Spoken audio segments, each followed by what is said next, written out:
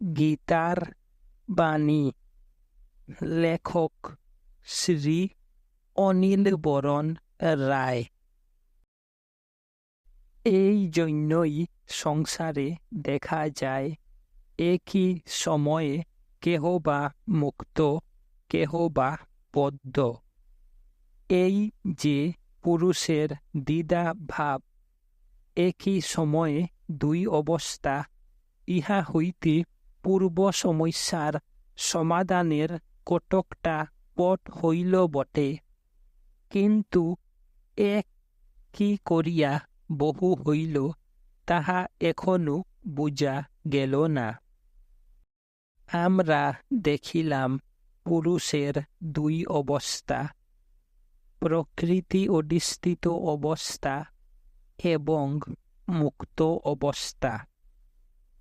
এক স্থানে বলা হইয়াছে পুরুষ প্রকৃতিকে পুক করিয়া ছাড়িয়া দিতেছে, আরও এক স্থানে বলা হইয়াছে পুরুষ একই সময়ে মুক্ত রহিয়াছে, আবার প্রকৃতিকেও ভোগ করিতেছে। উপরের অবস্থায় মুক্তি, নিচের অবস্থায় ভোগ। গীতা উপনিষদের অন্যান্য অংশের ইঙ্গিত গ্রহণ করিয়া এই দুইটির সহিত আরও এক অবস্থার যোজনা করিয়াছে, তাহাই শ্রেষ্ঠ অবস্থা, পুরুষ উত্তমের অবস্থা। এই বিশ্বসৃষ্টি তাহারই মহিমা। লীলার অবস্থা ক্ষর আর মুক্তির অবস্থা অক্ষর, কিন্তু পুরুষ উত্তমের মধ্যে এই দুই একসঙ্গে স্থান পাইয়াছে। বিশ্বলীলা এবং সাক্ষীর অবস্থা, এই দুই পুরুষোত্তমের দুইটা দিক, কিন্তু তিনি এই দুইটারই উপরে। পুরুষোত্তম একই সময়ে অক্ষর রূপে উদাসীন দ্রষ্টা, আবার ক্ষর রূপে প্রকৃতিকে ধরিয়া লীলা করিতেছেন। পুরুষ একই, কিন্তু প্রকৃতিকে ধরিয়া হইয়াছেন বহু। বহুত্ব বা ভেদ পুরুষে নাই, প্রকৃতিতে আছে। একই পুরুষ প্রকৃতির ভিন্ন ভিন্ন অংশকে ধরিয়া ভিন্ন ভিন্ন জীব হইয়াছেন। প্রত্যেক জীবই মূল সত্তায় এক অক্ষর সনাতন পুরুষ, কিন্তু প্রত্যেককেই নিজ নিজ স্বভাব বা প্রকৃতিকে ধরিয়া হইয়াছে বহু। পুরুষোত্তমের পরা প্রকৃতি জীব হইয়াছে। এই প্রকৃতির বৈচিত্র্যময়ী লীলা ভিন্ন ভিন্ন জীবের ভিন্ন ভিন্ন শক্তি, ভিন্ন ভিন্ন স্বভাব। প্রত্যেক জীবেই ভাগবত প্রকৃতির এক একটি অংশের বিকাশ হইতেছে, এবং সর্বত্র সকল জীবের হৃদয়ে বিরাজমান থাকিয়া পুরুষোত্তমী প্রকৃতির এই বিচিত্র লীলাকে পরিচালনা করিতেছেন। পুরুষোত্তমের এই বিশ্বলীলা বন্দনের লীলা নহে, তিনি ঈশ্বরভাবে প্রকৃতিকে পরিচালনা করিয়া লীলা করিতেছেন। উপনিষদে আমরা দেখিয়াছি পুরুষের সর্বোচ্চ অবস্থায় সংসার লীলা নাই, কিন্তু গীতা দেখাইয়াছে উচ্চতম অবস্থায় সংসার লীলা ভগবানের মুক্ত দিব্য স্বাধীন লীলা। মানুষই অজ্ঞানের বশে বদ্ধ হইয়া দুঃখময় সংসার ভোগ করে। মানুষই অহংকারের বশে দেহ মন প্রাণকে প্রকৃতির ক্ষুদ্র সীমাবদ্ধ অংশকেই নিজের সবটুকু মনে করিয়া আঁকড়াইয়া ধরিয়া থাকিতে চায়। তাই সে ভোগ করে দুঃখ ও অশান্তি। কিন্তু আমাদের স্বভাবের ভিতর দিয়া যে লীলার বিকাশ হইতেছে, তাহার ভুক্ত হইতেছেন আমাদের হৃদয়স্থিত পুরুষোত্তম। আমরা মূল সত্তায় তাহারই সহিত এক। কেবল লীলার জন্য তাহার পরা প্রকৃতি আমাদিগকে নানা রূপে সৃষ্টি করিয়াছে। সেই পুরুষোত্তমকে আমাদের প্রিয়তম বলিয়া জানিয়া তাহার নিকট আত্মসমর্পণ করিলে আমাদের জীবনের, আমাদের প্রকৃতির পূর্ণ বিকাশ হইবে। আমরা পুরুষোত্তমের ভাব লাভ করিব।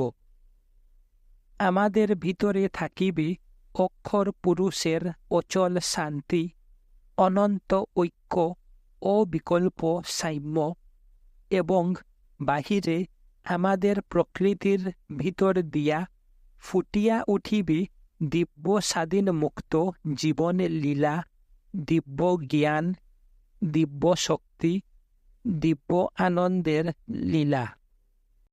এখন গীতার সমন্বয়টি আমরা বুঝিতে পারিতেছি। বেদান্তের মতে বিশ্ব লীলা মায়ার খেলা।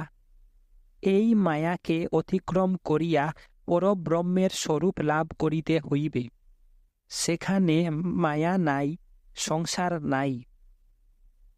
দেব, ঈশ্বর, ব্রহ্মা, বিষ্ণু, শিব এই সব ব্রহ্মের নিচের অবস্থা।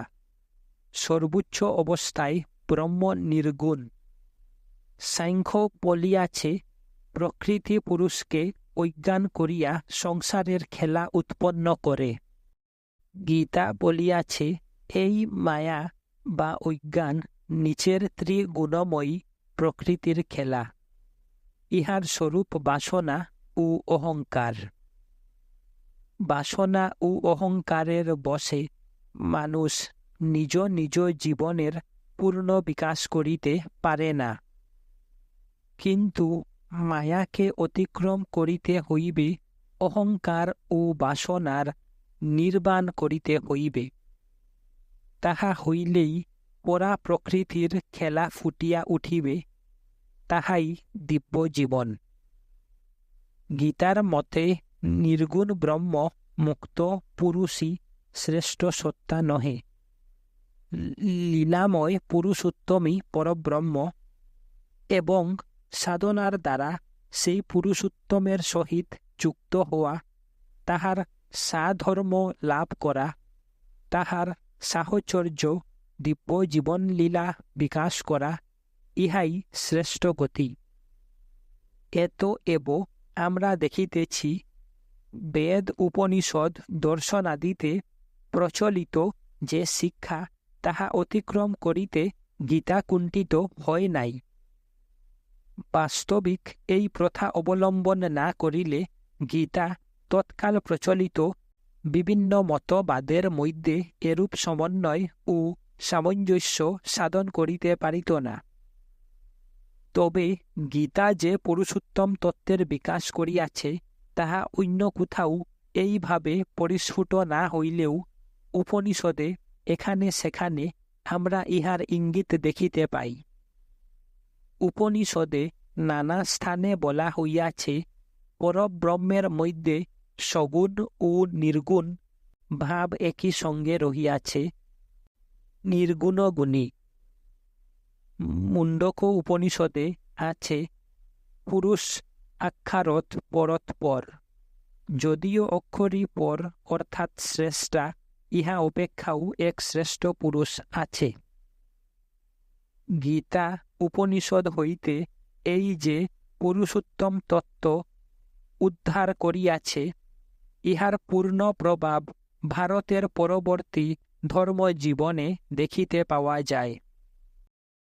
বেদান্তের অদ্বৈতবাদের মধ্যে ভক্তির স্থান নাই। বৈদান্তিক অদ্বৈতবাদকে ছাড়াইয়া ভারতে যে মহান ভক্তিযুগের বিকাশ হইয়াছে, তাহার প্রতিষ্ঠা হইতেছে গীতার পুরুষোত্তম তত্ত্ব। গীতার পুরুষোত্তম তত্ত্বই ভক্তি প্রদান পুরাণসমূহের ভিত্তি। সংসার লীলা যদি মিথ্যা হয়, ব্রহ্মের সহিত জীবের যদি কোনো ভেদ না থাকে, তাহা হইলে ভক্তির স্থান কোথায়? কিন্তু পুরুষোত্তমের সহিত জীব মূলত এক হইলেও প্রকৃতিতে ভিন্ন। জীব পুরুষোত্তমের অংশ মাত্র, পরা প্রকৃতির এক একটি অংশ এক একটি জীবে প্রকট হইতেছে। সকল জীবের ভিতর দিয়া লীলা করিয়া প্রকৃতি পুরুষোত্তমেরই দিব্যভোগ বিকাশ করিতেছে। পুরুষোত্তম আমাদের হৃদয়ের মধ্যে রহিয়াছেন, আমাদের ভিতর দিয়া তিনি বিশ্বলীলা উপভোগ করিতেছেন। পিতা রূপে, পুত্র রূপে, সখা রূপে, প্রিয়তম প্রেমাস্পদ রূপে আমরা যে সংসার লীলা করি, সকলের মধ্যে পুরুষোত্তমই আমাদের সেই লীলার আস্বাদ গ্রহণ করিতেছেন। আমাদের সকল যজ্ঞ কর্মের ফল তিনি ভোগ করেন। আমরা যেদিন তাহার দিকে ফিরিব, তাহাকেই পিতা, মাতা, সখা, প্রিয়তম প্রেমাস্পদ রূপে গ্রহণ করিব। সেই দিনই আমরা জীবনের প্রকৃত মর্ম বুঝিব, আমাদের জীবন অমৃতময় হইয়া উঠিবে। নিজেই নিজের প্রেম উপভোগ করিবার জন্য পুরুষোত্তম প্রকৃতিকে ধরিয়া অসংখ্য জীব হইয়াছেন। ইহাই প্রেম ভক্তির মূল তত্ত্ব। গীতা যে মহান কর্মযুগের শিক্ষা দিয়াছে, তাহারও ভিত্তি এই পুরুষোত্তম তত্ত্ব। অক্ষর পুরুষের ভাব প্রাপ্ত হওয়া, নির্গুণ ব্রহ্মে লীন হওয়াই যদি পরম পুরুষার্থ হয়, তাহা হইলে কর্মের কোনো সার্থকতা নাই, জীবনেরই কোনো অর্থ নাই। কর্ম একটা বন্ধন, যত শীঘ্র ইহাকে অতিক্রম করিতে পারা যায় ততই উত্তম। উপনিষদে আমরা এই কর্ম সন্ন্যাসের দিকে বিশেষ ঝোঁক দেখিতে পাই। এই জন্যই উপনিষদ বৈদিক যাগ যজ্ঞাদিকে নিন্দা করিয়াছে। প্রথম অবস্থায় অজ্ঞানীর পক্ষে কর্ম উপযোগী হইতে পারে, কিন্তু মুক্তির সাধককে কর্ম বর্জন করিতেই হইবে। উপনিষদ বলিয়াছে, দেবতারা মানুষের মুক্তির বিরোধী। মানুষ যেন দেবতাদের গরু বাছুরের মতো। দেবতারা চান না যে মানুষ জ্ঞান লাভ করুক, মুক্ত হোক। ভগবান অক্ষর ব্রহ্ম, তাহাকে কর্মের দ্বারা লাভ করা যায় না, তাহাকে লাভ করা যায় জ্ঞানের দ্বারা। উপরে যে দুই পক্ষীর দৃষ্টান্ত দেওয়া হইয়াছে, সেখানে নিচের পক্ষীটি যখন উপরের পক্ষীটিকে দেখিতে পাইতেছে, নিজের আত্মস্বরূপ জানিতে পারিতেছে, তখন সে জ্ঞান লাভ করিয়াই মুক্ত হইতেছে। উপনিষদে সর্বত্র আমরা এই রূপ জ্ঞানের প্রাধান্য দেখিতে পাই, কিন্তু গীতায় শ্রীকৃষ্ণ ও অর্জুন সমবেত হইয়াছেন জ্ঞানের জন্য নহে, কর্মের জন্য। অর্জুনকে মহান কর্মে প্রবৃত্ত করাই গীতার শিক্ষার উদ্দেশ্য। গীতার শিক্ষা কোনো জ্ঞানের সাধককে কথিত হয় নাই, কিন্তু একজন ক্ষত্রিয়কে কথিত হইয়াছে। গীতা দেখাইয়াছে, নিচের প্রকৃতির অজ্ঞান ও অহংকার হইতে মুক্ত হইবার এক প্রধান সহায় ঈশ্বরার্থে কর্ম। গীতা জ্ঞানকে ছুটো করে নাই। গীতা বলিয়াছে, সকল কর্ম শেষ পর্যন্ত জ্ঞানেই পৌঁছাইয়া দে। কিন্তু গীতার মতে জ্ঞান লাভের পরও কর্ম থাকে, তাহা হয় দিব্য কর্ম। স্বয়ং ভগবান পুরুষোত্তম শ্রীকৃষ্ণ নিজের জীবনে দিব্য কর্মের দৃষ্টান্ত দেখাইয়াছেন। প্রাচীন বৈদিক সাধনায় জ্ঞান ও কর্মের বিরোধ ছিল না। কালক্রমে জ্ঞানকাণ্ড ও কর্মকাণ্ডের মধ্যে দ্বন্দ্ব উপস্থিত হয়। বেদবাদীগণ ক্রিয়া বিশেষ বহুল যাগ যজ্ঞাদি কর্মকেই পুরুষার্থ সাধক বলিয়া প্রচার করেন। অন্য পক্ষে ব্রহ্মবাদীগণ জ্ঞানকেই শ্রেষ্ঠ স্থান দেন এবং জ্ঞানের উৎকর্ষতার জন্য সংসার ত্যাগ, কর্মত্যাগের উপযোগিতা প্রচার করেন। উপনিষদের এই শিক্ষা বিশেষ প্রভাব বিস্তার করায় প্রাচীন বর্ণাশ্রম ব্যবস্থার সামঞ্জস্য নষ্ট হয়। যে সংসার ত্যাগ ও সন্ন্যাস জীবনের শেষ পরিণতি বলিয়া গণ্য ছিল, তাহাই মুখ্য হইয়া গার্হস্থ্য আদর্শকে ক্ষুণ্ণ করে।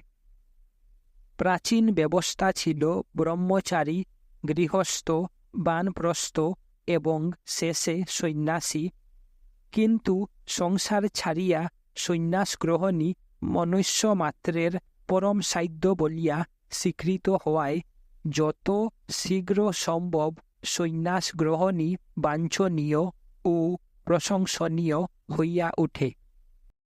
কিন্তু জ্ঞান লাভের পর আর সংসারে কর্ম করা যদি সম্ভব না হয়, জ্ঞানীগণকে যদি সংসার ত্যাগ করিতে হয়, তাহা হইলে সমাজের সমূহ ক্ষতি হয়। প্রকৃত লোকহিতকর, সমাজহিতকর কার্য জ্ঞানীদের দ্বারাই সম্ভব।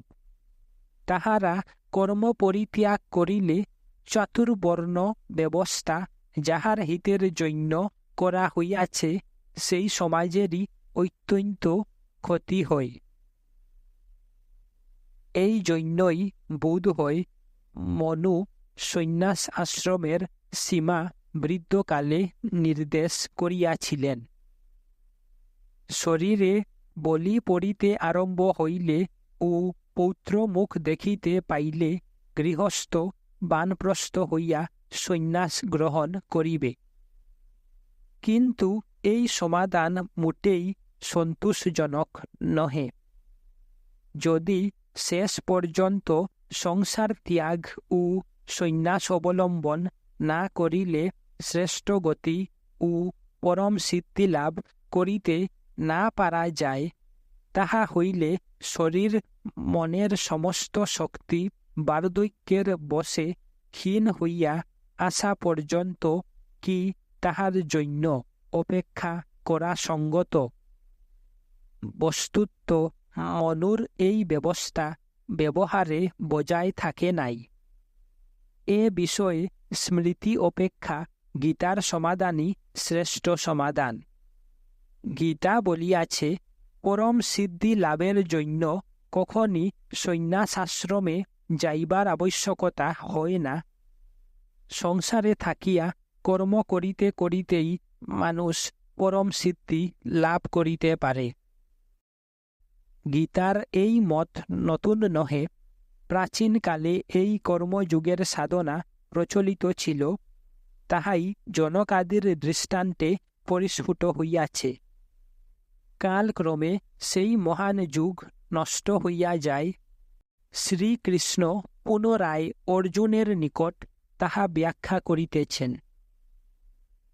বেদ সংহিতা ও ব্রাহ্মণ সমূহে সন্ন্যাসাশ্রম আবশ্য কর্তব্য বলিয়া কোথাও উক্ত হয় নাই, বরঞ্চ গৃহস্থাশ্রমে থাকিয়াই যে মোক্ষ লাভ হয়, এইরূপ বেদের বিধান থাকার কথা জৈমিনী বলিয়াছেন।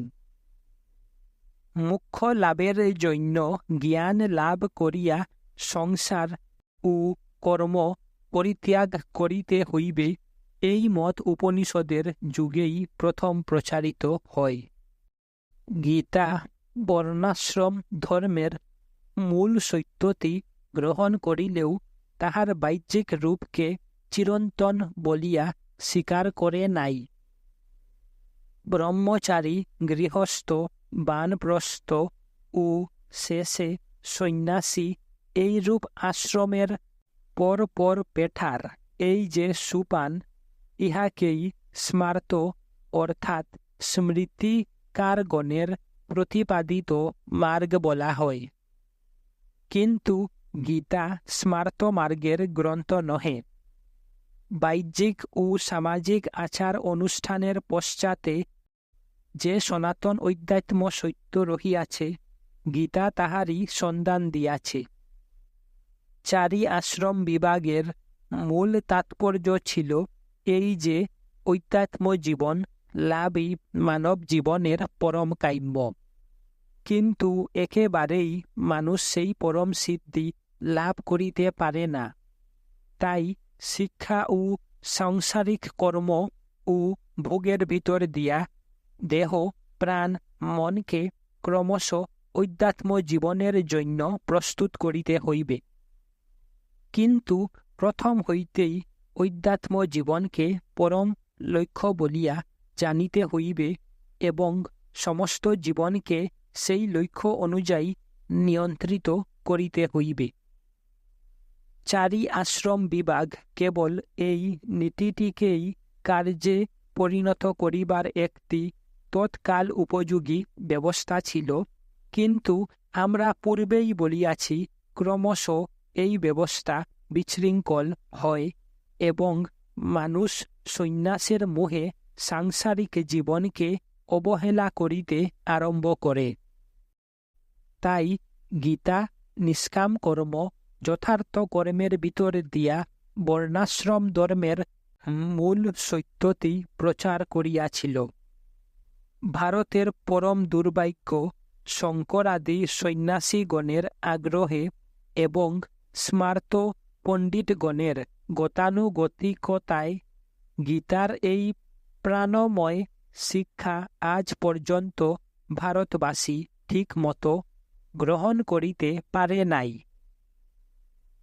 উপনিষদের যে কর্মত্যাগ ও সন্ন্যাসের যুগ কালক্রমে শঙ্করের মায়াবাদে চরম অবস্থায় উপনীত হইয়াছে, তাহাও সকল উপনিষদে দেখিতে পাওয়া যায় না।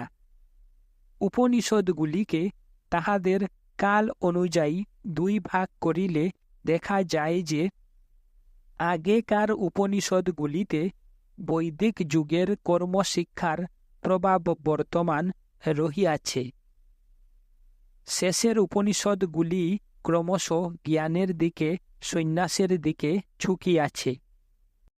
গীতা জ্ঞানকে সন্ন্যাসকে নিন্দা করে নাই, পরন্তু তাহাদের উচ্চ সার্থকতা প্রদান করিয়াছে। বাহ্য সন্ন্যাস নহে, চাই ভিতরের ত্যাগ। ত্যাগের ভিতর দিয়া ভোগ। কর্ম ত্যাগ করিতে হইবে না, জ্ঞানের দ্বারা কর্মের বন্ধন দোষ বিনষ্ট করিয়া মুক্ত স্বাধীনভাবে কর্ম করিতে হইবে। গীতায় কর্মের উপর পুনঃ পুনঃ যে ঝুঁক দেওয়া হইয়াছে, তাহার বীজ আমরা ঈশোপনিষদে দেখিতে পাই।